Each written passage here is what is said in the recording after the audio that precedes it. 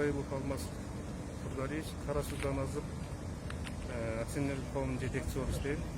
Мына өкмөттүн буйругу чыккан билесиздер баарыңыздар.